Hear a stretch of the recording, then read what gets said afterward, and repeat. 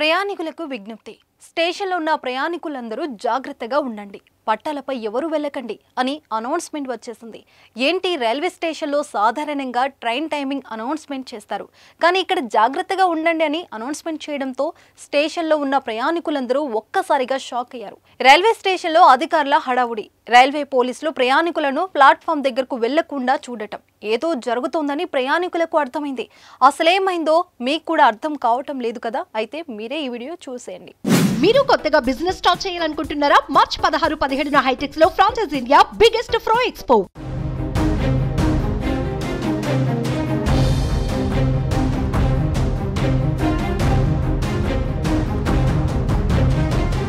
ఓ goods train 100 కిలోమీటర్ల వేగంతో ప్రయాణిస్తుంది, కానీ అందులో లోకో పైలట్ లేరు. దీంతో రైల్వే అధికారులు ఒక్కసారిగా భయాందోళనకు గురయ్యారు. ఇలా ఈ గూడ్స్ ట్రైన్ 5 స్టేషన్లను దాటుకుని వేగంగా ముందుకు దూసుకెళ్తుంది. ఇదేంటి, లోకో పైలట్ లేకుండా ట్రైన్ ఎలా ప్రయాణిస్తుందని అనుకుంటున్నారా? అయితే ఇక్కడే ఉంది అసలు కథ. అదేంటో చూసేద్దామా? లోకో పైలట్ లేకుండానే ఒక గూడ్స్ రైలు పట్టాలపై పరుగులు తీసిన ఘటన జమ్మూ కాశ్మీర్లో జరిగింది. 100 కిలోమీటర్ల వేగంతో సుమారు 80 కిలోమీటర్ల దూరం ప్రయాణించింది కూడా. ఇది చూసి అంతా షాక్ అయ్యారు. ఈ వీడియో క్లిప్ ప్రస్తుతం సోషల్ మీడియాలో వైరల్ అయింది. అసలు జరిగిన విషయం ఏంటంటే, రైలు సిబ్బంది డ్యూటీ మారేందుకు జమ్మూ కాశ్మీర్లోని కతువా స్టేషన్లో గూడ్స్ రైలును ఆపారు. హ్యాండ్ బ్రేక్ వేయడం మర్చిన లోకో పైలట్, కో పైలట్ రైలు ఇంజిన్ నుంచి కిందికి దిగారు. అయితే పట్టాలు వాలుగా ఉండటంతో ఆ గూడ్స్ రైలు ముందుకు కదిలింది.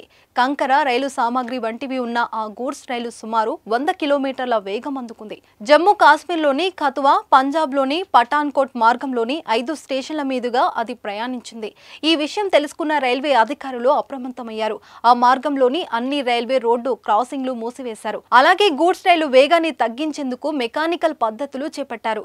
రైలు పట్టాలపై చెక్క దిమ్మెలు కూడా ఏర్పాటు చేశారు. ఈ చర్యల వల్ల పంజాబ్ బస్తీ సమీపంలో ఆ గూడ్స్ రైలు ఆగింది.